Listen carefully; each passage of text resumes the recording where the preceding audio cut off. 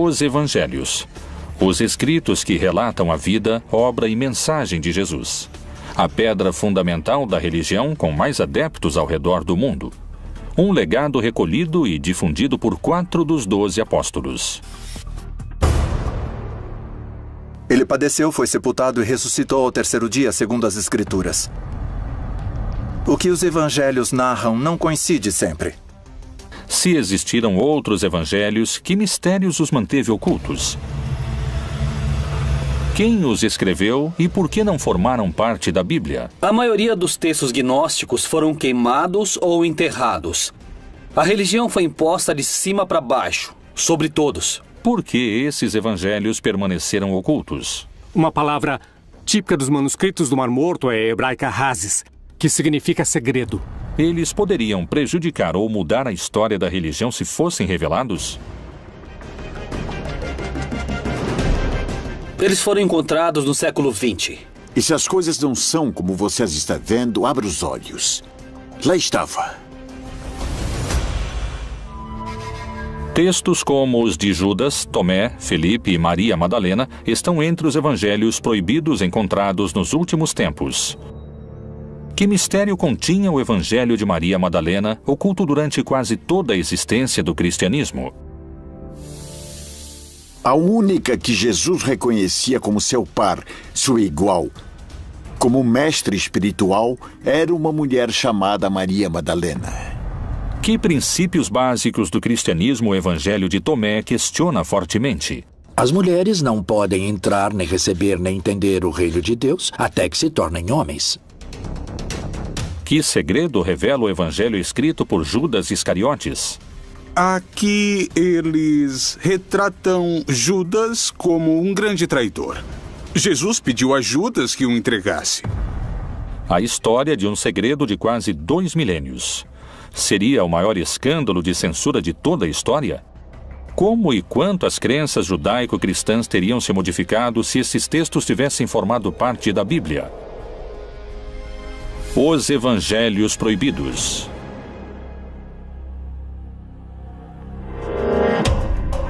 A Bíblia contém 1.189 capítulos, 31.102 versículos, 773.693 palavras e 3.566.480 letras.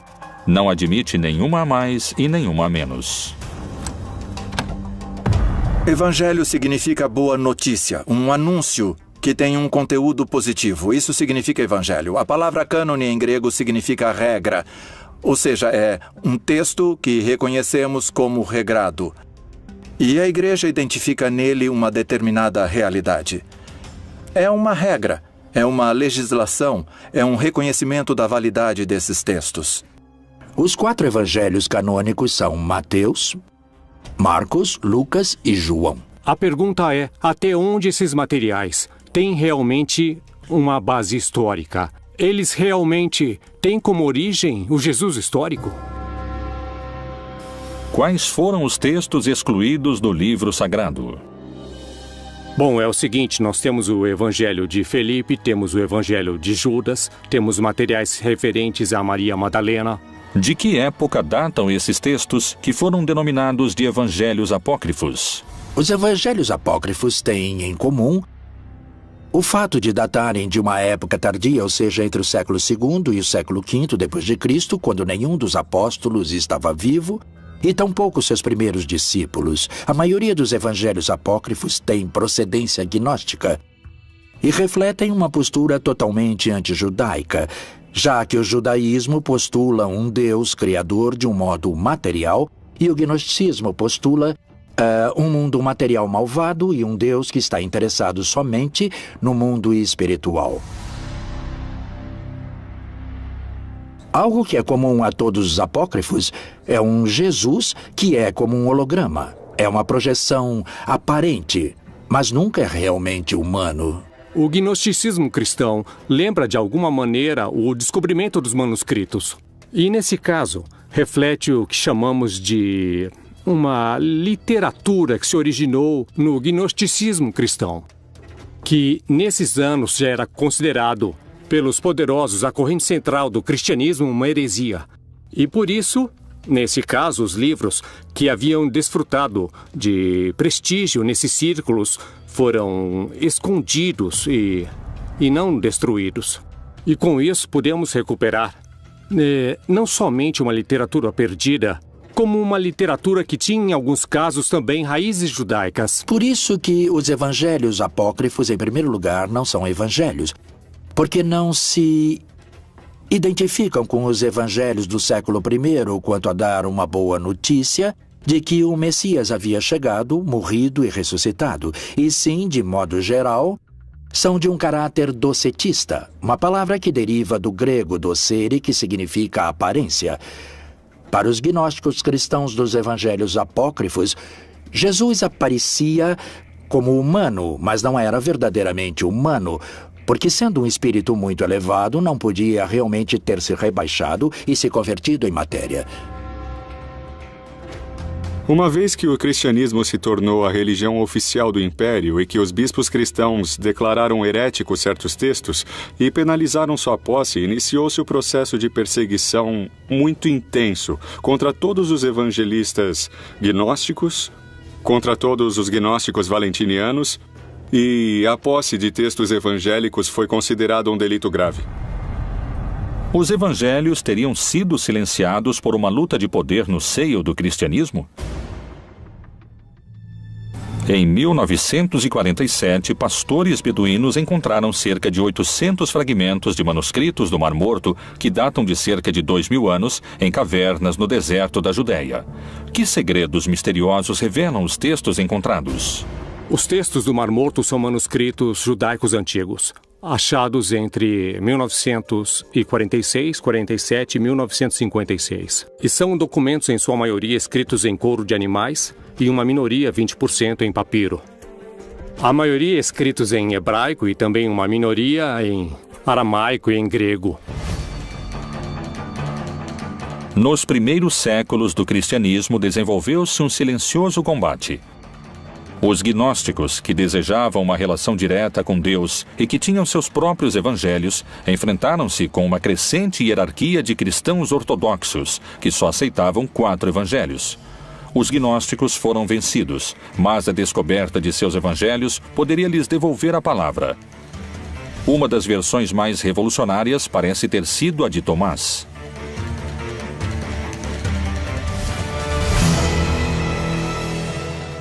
Há um escrito que alguns chamaram de Quinto Evangelho, que é o Evangelho de Tomé.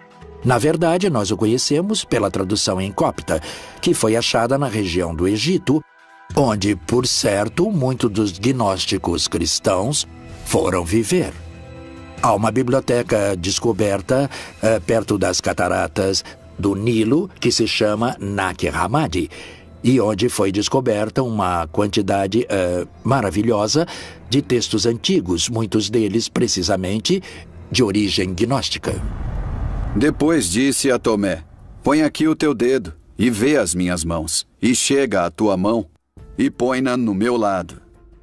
E não sejas incrédulo, mas crente. Disse-lhe Jesus: porque me viste, Tomé, creste. Bem-aventurados os que não viram e creram. Tomé duvidou da ressurreição, tanto nos textos apócrifos como nos textos canônicos. É muito peculiar. Porque o Evangelho de Tomé não fala de quem era Jesus, nem que nasceu de uma virgem, não menciona Maria, nem seu pai, nem seus irmãos, nem a vida de Jesus, nem como morreu. Só fala dos dizeres de Jesus. É uma coleção de 117 dizeres de Jesus. Grande parte dos dizeres de Jesus não aparecem em nenhuma outra parte do Novo Testamento. E fala de um Jesus muito místico, muito espiritual. E que o reino dos céus está dentro de cada pessoa. E que se você desenvolver o reino dos céus através do amor, do altruísmo, não julgar, perdoar, etc., o reino dos céus cresce dentro de você. O reino está dentro de vós, e também está em vosso exterior. Quando conseguirdes conhecer a vós mesmos, então sereis conhecidos e compreendereis que sois filhos do Pai vivo. Há quem diga que se os textos tivessem ficado dentro da Bíblia, seria um contra-argumento do cristianismo institucionalizado. Por exemplo, um texto de Lucas, em que Jesus diz: o reino dos céus está. Em grego escreveram mesos, vocês. Mesos pode ser traduzido como dentro ou entre. E Tomé vai dizer que Jesus disse dentro de vocês. O reino dos céus está dentro de cada um. Qual seria a mudança fundamental que poderia provocar a tradução segundo o texto de Tomé? Não haveria igreja. A igreja em si significa grupo, significa pessoas convocadas, congregadas. Por que pode ser igualmente traduzido como Tomás traduz? O reino dos céus está dentro de cada um. Para o gnosticismo, a experiência religiosa é uma experiência imediata que não requer mediação do sacerdote ou do bispo. Nós temos mediações para aprender. Temos mediações para nos relacionar com os demais, temos mediações na linguagem, temos mediações no modo de nos comportar com os outros. E prescindir de mediações é uma pretensão que realmente não corresponde à prática e à experiência humana natural. Nesse sentido, uma mediação social e uma mediação institucional são imprescindíveis, não só no âmbito da fé, como praticamente em qualquer âmbito da vida cultural. Isso representava um desafio e também uma ameaça política muito séria para os bispos cristãos, pois o seu papel como mediadores entre o homem e o céu, ou entre o homem e Deus, era colocado sob suspeita. A salvação através do conhecimento interior é um dos princípios gnósticos. Jesus disse: aquele que busca, continue buscando até encontrar. Quando encontrar, ele se perturbará. Ao se perturbar, ficará maravilhado e reinará sobre o todo. Além disso, o Evangelho de Tomé prega outro modo de se relacionar com Deus e com a morte. O que o Evangelho de Tomás nos convida a entender é que nós não somos nossos pensamentos, não somos nossas emoções. Segundo os gnósticos, na medida que aprendemos a tomar distância e a deixar de pensar e de crer que somos nossos pensamentos e nossas emoções, podemos concentrar nossa atenção em quem observa esses pensamentos e emoções. E, paulatinamente, vamos nos identificando com o observador, e não com esse ruído mental e essas emoções. E é aí que reside o segredo da imortalidade para eles. Jesus disse: eu mesmo vou guiá-la para torná-la macho, para que ela também possa tornar-se um espírito vivo semelhante a vós machos. Porque toda mulher que se tornar macho entrará no reino do céu. Tomé queria um mundo não só sem instituições, como também sem mulheres, segundo afirmam alguns especialistas. O Evangelho de Tomé não tem uma mensagem central, porque parece somente um mosaico de dizeres atribuídos a Jesus. No entanto, temos um caso muito curioso. Ele diz que Maria Madalena terá de se converter em homem porque as mulheres não podem entrar, nem receber, nem entender o reino de Deus até que se tornem homens. O Evangelho de Tomé não foi o único que permaneceu oculto durante séculos. O manuscrito do apóstolo Felipe também foi recuperado. Nos escritos de Felipe, este contradiz Tomé em relação ao lugar que ocupa a igreja e a mulher. Esses textos poderiam revelar um mistério cuja força mudaria para sempre os conceitos cristãos sobre a sexualidade? Que Jesus tenha se enamorado de uma mulher em sua juventude é muito provável. Muitas mulheres que o seguiam se enamoravam dele, isso é evidente e seguríssimo, não? Outra passagem do Evangelho de Felipe é ainda mais descritiva do papel das mulheres. Havia 3 que sempre caminhavam com o Senhor: sua mãe, Maria, sua irmã e Madalena, que era chamada sua companheira. Sua irmã, sua mãe e sua companheira, todas chamavam-se Maria. O Evangelho de Felipe também diz que Pedro, em algum momento, insistiu para que deixassem as mulheres de lado, que não poderiam ser discípulas nem apóstolas de Jesus. E Jesus responde de maneira maravilhosa. Ele diz: deixem que elas nos sigam, porque a que se tornar minha discípula terá um espírito vivo como o de vocês, varões. E Pedro insistiu: não, sobretudo Maria, que ela, Maria, nos abandone, a Maria de Magdala. E Jesus lhe disse: toda mulher que se humanize a si mesma entrará no reino dos céus. Esse texto também está no Evangelho de Felipe e também o tiraram. Nesses textos são mencionados elementos das mulheres, personagens femininas. Falam do espírito como algo feminino, o que não agradou às pessoas que decidiam que textos que entravam ou não entravam. Então os excluíram completamente, porque a postura sempre foi de um ponto de vista masculino. Os evangelhos proibidos de Tomé e Felipe não são os únicos que relatam uma versão distinta da encontrada na Bíblia oficial. Que versão surpreendente se encontra nas páginas dos textos de Judas Iscariotes que poderia mudar para sempre a imagem que o cristianismo teceu sobre ele?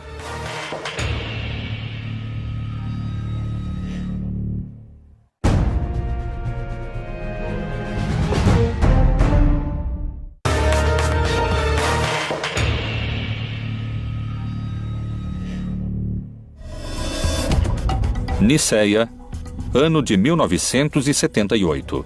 Um grupo de camponeses realizam suas tarefas habituais quando encontram numa caverna alguns papiros que poderiam mudar para sempre o conceito de um dos homens mais repudiados da história.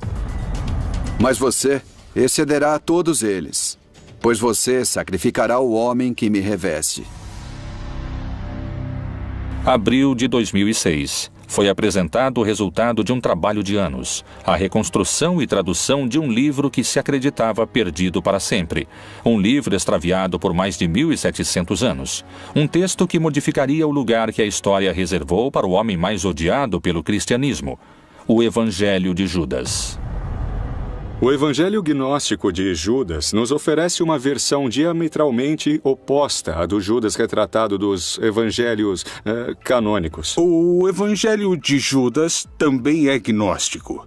Ele data do século IV e nele Judas aparece não como o grande traidor da história, mas como aquele a quem foi revelado o que Jesus ia fazer.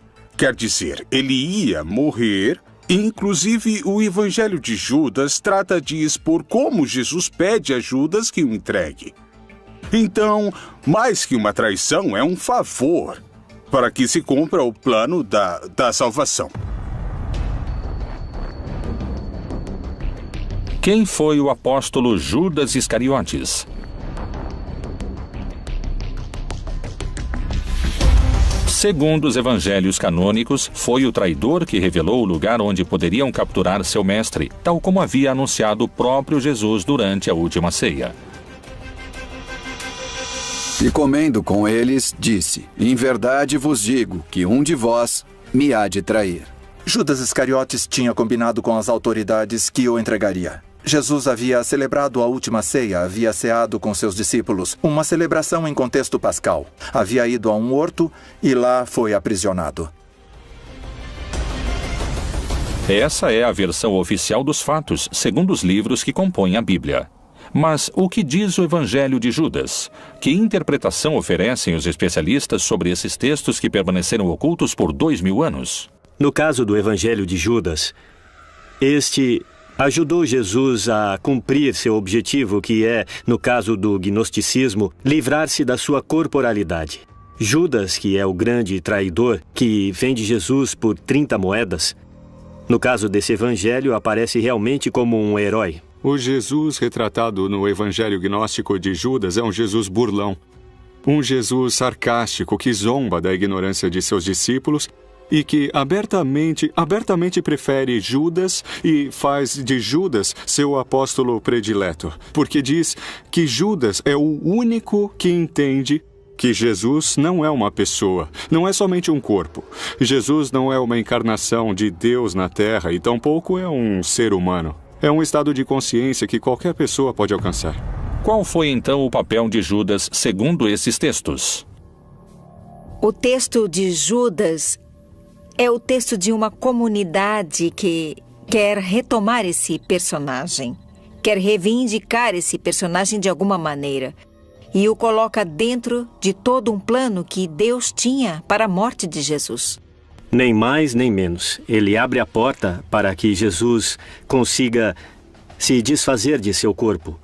Algo desagradável e que não está incluído na doutrina gnóstica e que coloca Judas em primeiro lugar, enquanto que na doutrina cristã genérica ou geral, Judas é menosprezado, é um ser cobiçoso, um ser vil, que é imediatamente enviado para o inferno. Judas não dá nenhuma importância, nem tampouco Jesus, à crucificação, porque Cristo não se identifica nem com o seu corpo, nem com a sua mente, nem com suas emoções. Segundo esse evangelho, é o próprio Jesus que confere a Judas o lugar que ocupará na história.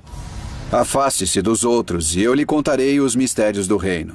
É possível você alcançá-lo, mas você sofrerá muito. Por que as passagens são tão contraditórias? Pode ser simplesmente a interpretação dos textos? A entrega de Jesus aos romanos foi um ato heróico ou foi um ato que ia de encontro à própria vontade de Judas? A relação entre Judas e Jesus é uma relação de melhores amigos. De fato, Judas se nega a fazer o que Jesus lhe pede, ou seja, denunciá-lo, acusá-lo. São muitas as versões que existem em torno de Judas. Mas o que dizem os textos censurados e escondidos do seu próprio evangelho? Mas você cederá a todos eles, pois você sacrificará o homem que me reveste. Mas além da revelação do papel heróico de Judas na história, esse evangelho também coloca em primeiro plano a luta entre os gnósticos e a igreja. No evangelho de Judas, a crucificação também é um símbolo. E, portanto, a cruz é um símbolo místico que representa, por um lado, o princípio ativo masculino, representado no eixo vertical da cruz, e o princípio feminino masculino, representado pelo corte transversal horizontal que forma a cruz. A crucificação representa a possibilidade de se libertar, de se afastar desses dois princípios que fazem parte da natureza de cada pessoa. Então, mais que uma traição, é um favor para que se cumpra o plano da salvação. O evangelho de Judas o descreve não como um traidor, mas sim como um herói fundamental para cumprir o plano de Deus. Algo semelhante ocorre nos textos de Maria Madalena, que, longe de apresentá-la como uma pecadora, mostra-a como a discípula eleita, que daria continuidade ao projeto de Jesus.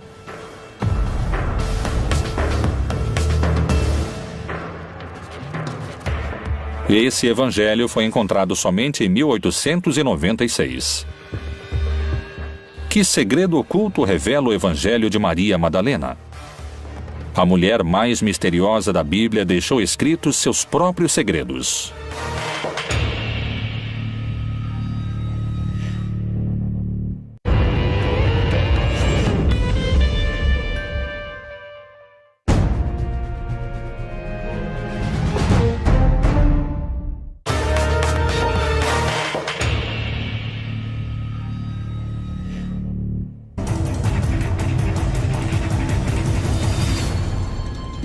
Os evangelhos gnósticos apresentam diferenças fundamentais em relação aos chamados canônicos, como os de Tomé, Felipe e Judas.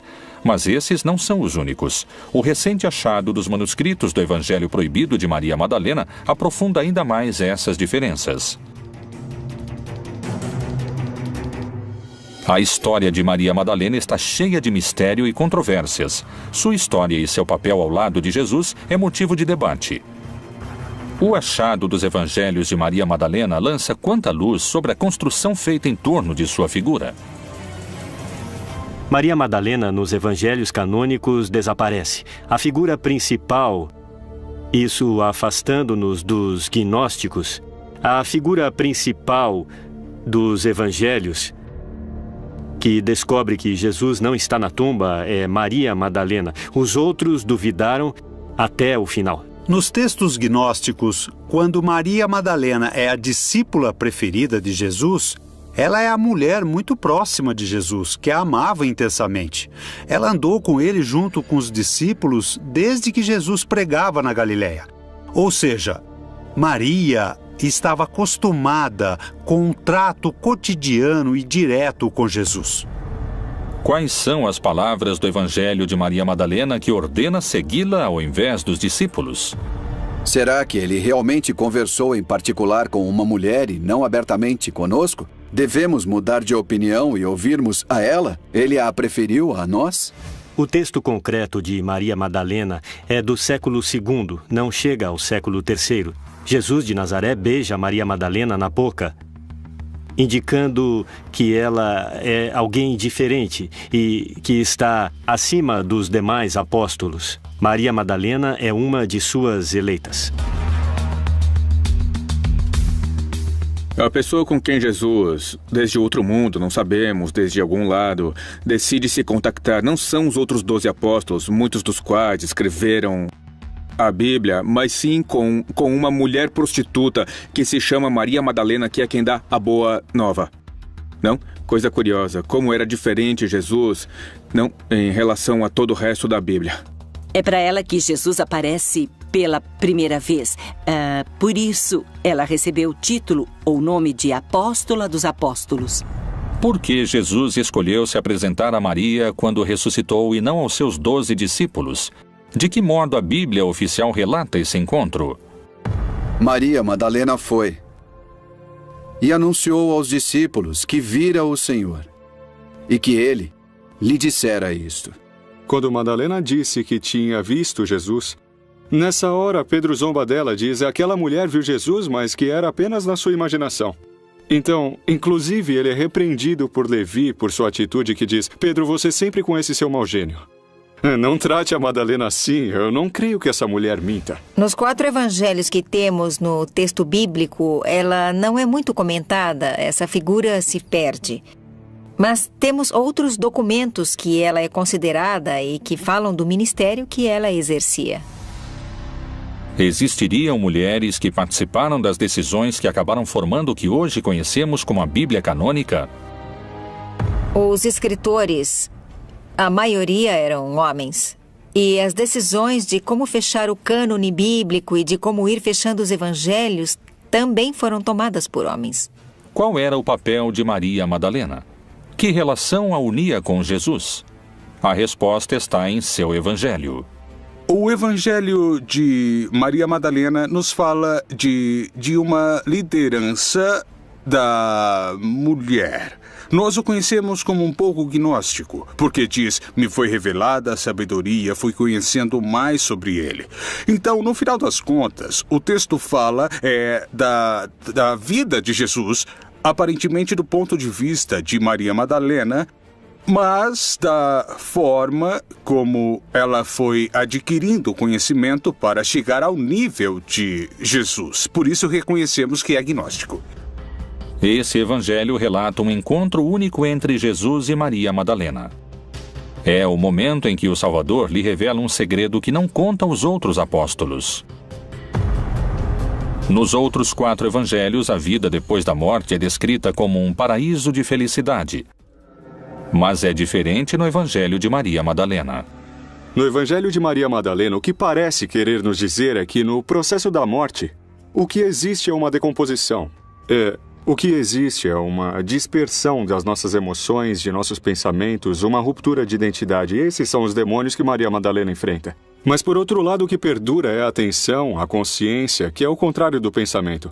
O pensamento passa o tempo se lançando para o futuro ou olhando o passado, mas raras vezes o pensamento está no presente, no agora. A consciência é a atenção, é a observação do que está ocorrendo agora. É por isso que os gnósticos pensam que podem sobreviver ao processo da morte. É depois da morte e ressurreição de Jesus que o Evangelho de Maria Madalena revela sua liderança em relação aos apóstolos.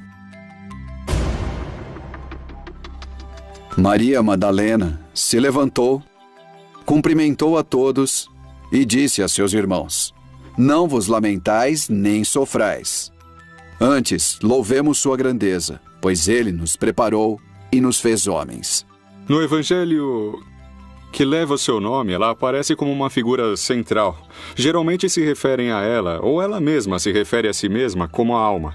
E isso permite entender que, na concepção gnóstica, a divindade não só é masculina, mas a divindade também tem uma dimensão feminina. Antigamente, as pessoas se persignavam em nome do Pai Criador, do Filho Redentor e da Mãe da Sabedoria. Havia uma mulher na Trindade. Como o Espírito, em hebraico e em grego, é feminino, o Espírito Santo era uma figura feminina.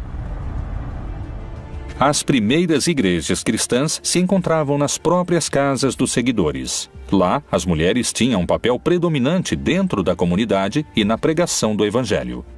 Não havia sacerdócio no século I. Não havia homens nem mulheres sacerdotes, mas quem partiu o pão era a mulher. A dona da casa onde se reuniam era a mulher, não era um assunto de homens. Foi no concílio de Nicéia que expulsaram os gnósticos e excomungaram todos os textos que diziam que a mulher era importante para Jesus, que Maria Madalena era uma apóstola importante. E sobretudo no concílio de Constantinopla, no ano 380, excomungaram quem acreditava que havia uma feminilidade em Deus. Jesus trata de maneira semelhante os homens e as mulheres e os convoca para seu grupo. O grupo de Jesus é uma nova maneira de estar na Terra. As mulheres comem diante dos homens quando nessa cultura não podem. Só diante de seus maridos elas podem se descobrir para comer. Bom, se a Igreja Católica Romana tivesse aceitado mulheres sacerdotes, teria se aproximado mais das pessoas. Jesus caminhou com mulheres e homens. A Igreja não aceita isso. Considera apenas o homem. Não quer ver o que Jesus deixou. Os textos são simbólicos, quer dizer, a única que Jesus reconhecia como seu par, seu igual, como mestre espiritual, era uma mulher chamada Maria Madalena. Cada evangelho proibido tem sua postura. Segundo muitos afirmam, os textos de Maria Madalena encontrados poderiam ter mudado a história do catolicismo, se tivessem sido incluídos nos chamados textos canônicos. Chegou a nós um texto escrito por uma mulher. Não sabemos que mulher e se sabia escrever. Numa análise filológica, é um olhar de mulher. Chama-se o Evangelho de Maria Madalena. Não foi escrito por Maria Madalena, é claro, ela não sabia escrever. Mas há aí uma mulher. Então, obviamente, hoje seria outra visão do assunto se as mulheres tivessem sabido escrever e tivessem transmitido sua mensagem como discípulas de Jesus. Os evangelhos proibidos apresentam o lado oculto de Jesus e Maria Madalena como uma líder dos apóstolos. Os evangelhos de Judas, Maria Madalena, Felipe e Tomé compartilham uma raiz gnóstica. Um caso diferente é o de um evangelho descoberto por arqueólogos franceses em 1886, nos braços de um bispo enterrado muitos séculos antes. Que notícias reveladoras sobre Cristo trazem os manuscritos encontrados de Pedro? Que dizem esses textos ocultos durante tantos anos e que agora vieram à luz? Os Evangelhos de Pedro, os escritos proibidos do primeiro Papa.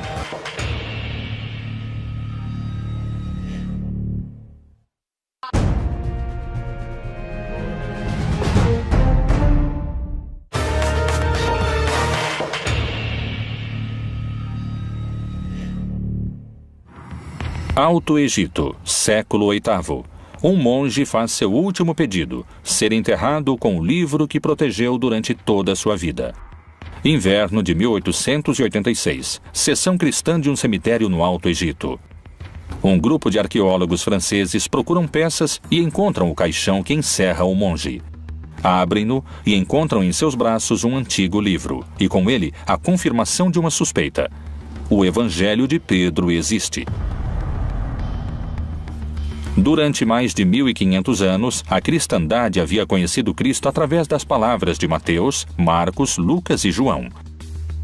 Agora emergia outra verdade.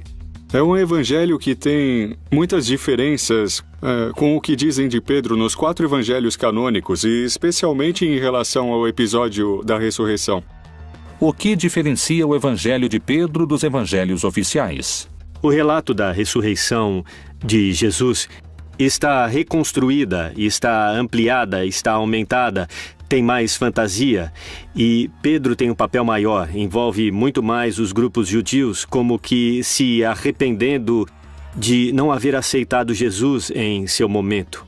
No Evangelho de Pedro, diferentemente do resto dos evangelhos, ele narra e descreve detalhadamente o episódio da ressurreição.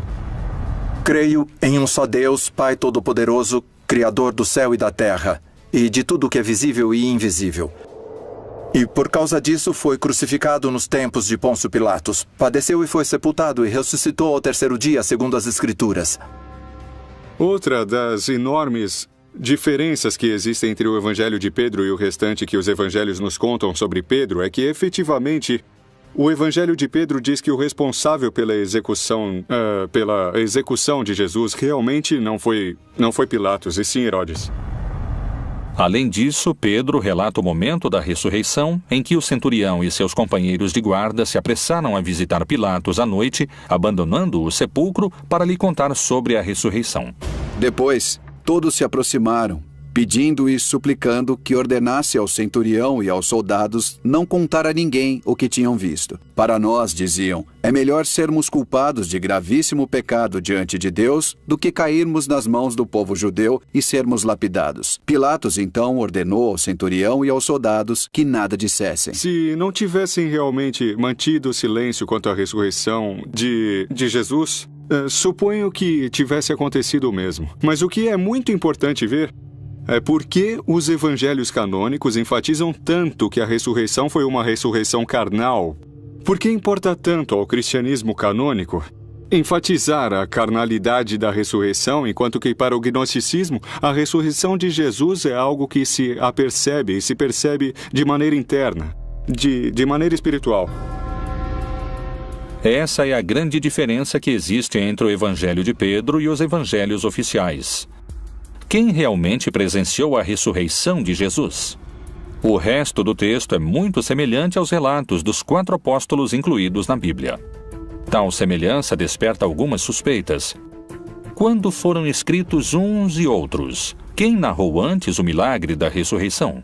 Realmente não sabemos quem escreveu os evangelhos no Novo Testamento, nem sabemos quem escreveu esses outros evangelhos. Mas provavelmente foram escritos a partir de coisas que foram transmitidas oralmente. Podem ter sido escritos no final do século I, como o Evangelho de João no Novo Testamento, ou durante o século II. Todos escreveram a partir das histórias contadas pelos seguidores anteriores à época de Jesus. Quando comparamos os evangelhos, em muitos casos a mesma informação aparece em contextos literários diferentes. O que prova que já existia, de alguma maneira, uma flexibilidade na transmissão da tradição no cristianismo antigo, que conheciam as frases, mas nem sempre sabiam em que contexto haviam sido ditas. E por isso, há cristianismos diferentes. Haviam reconstruído esses contextos diferentes. E os evangelhos são a prova de que essas informações parecem ter funcionado, ter sido transmitidas de uma maneira independente, sem o contexto histórico narrativo original. Então, os 4 evangelhos canônicos correspondem às autorias de Lucas, Marcos, Mateus e João? À medida que transcorreu o tempo desde a morte e o desaparecimento de Jesus, os textos perderam cada vez mais valor, quer dizer, perderam valor mais de uma vez. Se está escrevendo um texto 4 séculos depois da morte de Jesus, que parte desse escrito é verdadeiro? De onde saíram esses ensinamentos? E mais, voltemos aos evangelhos canônicos que estão na Bíblia. Não são de Lucas, não são de João, não são de Mateus nem de Marcos. Os evangelhos revelam a vida de Jesus Cristo. Durante centenas de anos, os cristãos só contaram com a versão de Lucas, Mateus, Marcos e João. Que mistérios guardavam os evangelhos proibidos que foram apagados da face da terra?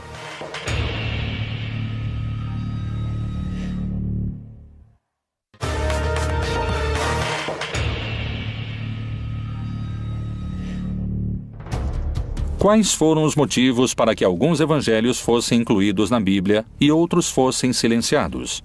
As hierarquias eclesiásticas teriam sobrevivido se sua mensagem tivesse sido propagada? Quem foram e o que diziam os profetas que foram calados durante séculos? No ano de 312, Constantino, um imperador criado no paganismo romano, um homem que acreditava em muitos deuses, teve uma revelação antes de uma batalha. Constantino teve um sonho em que uma voz lhe disse que se, durante aquela batalha, portasse uma cruz, um crucifixo, seria vencedor. E diz a lenda que foi assim. Na batalha da Ponte Milvia, derrotou Maxêncio, conseguiu unificar um império que estava dividido numa tetrarquia e depois se fez batizar e se converteu no primeiro imperador romano cristão. Isso foi muito significativo e muito relevante para o processo de consolidação política do cristianismo. A partir do triunfo de Constantino, a religião católica mudaria para sempre com o Concílio de Nicéia. Esse concílio ordenou o imperador Constantino para tornar o cristianismo uma religião imperial. E porque havia vários cristianismos. Havia o cristianismo monofisista, havia o cristianismo que chamaríamos depois de católico, havia os cristãos gnósticos, havia muitos cristianismos. Para unificá-los, Constantino ordenou que os bispos de todos esses cristianismos se reunissem no ano de 325 na cidade de Nicéia, para escolher quais narrações e relatos da vida e da obra de Jesus eram reais e seriam revelados e quais não. Evidentemente, houve um interesse político de Constantino de unir em um mesmo texto, um texto grande, os escritos mais representativos das comunidades cristãs de maior valor em número ou prestígio do Mediterrâneo. Os evangelhos que aparecem na Bíblia apresentam graves erros históricos e geográficos que uma leitura precisa começa a revelar.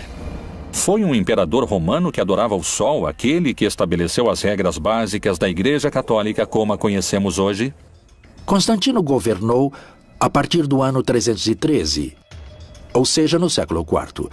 No século IV já estava decidido, já era um fato histórico os livros que os crentes consideravam inspirados e mais. Algumas das perseguições imperiais contra os cristãos exigiam que as pessoas entregassem os livros sagrados, caso contrário, eram mortas. Muitos cristãos se dispuseram a morrer na fogueira porque não entregaram os livros sagrados, e isso foi antes de Constantino. Os gnósticos perderam sua primeira batalha, mas essa não seria a última e nem a pior de suas derrotas. Qualquer livro do cristianismo que foi separado dessa lista, considerada sagrada por ordem do imperador Constantino, ficou de fora, se tornou apócrifo. Qualquer seguidor desses textos, dessas crenças, a partir desse momento, foi considerado herege, que significa aquele que pensa diferente. Para muitos especialistas, os evangelhos proibidos constituíram um campo de batalha em que se travou a guerra entre os gnósticos e a hierarquia eclesiástica. Uma luta que, segundo narra a história, venceram os sacerdotes da Igreja Católica. Já desde um primeiro momento pareceu haver gerado uma polêmica entre os seus seguidores e por isso os evangelhos, sejam os canônicos ou sejam os apócrifos, refletem interpretações diferentes da mensagem original histórica de Jesus. O que teria ocorrido se a perspectiva gnóstica tivesse triunfado? Qual seria o papel da mulher se os textos bíblicos tivessem sido reformulados ou os textos gnósticos incorporados? Como seria a Igreja Católica hoje em dia com esses manuscritos como protagonistas? Essas são algumas perguntas que emergem da Bíblia Proibida.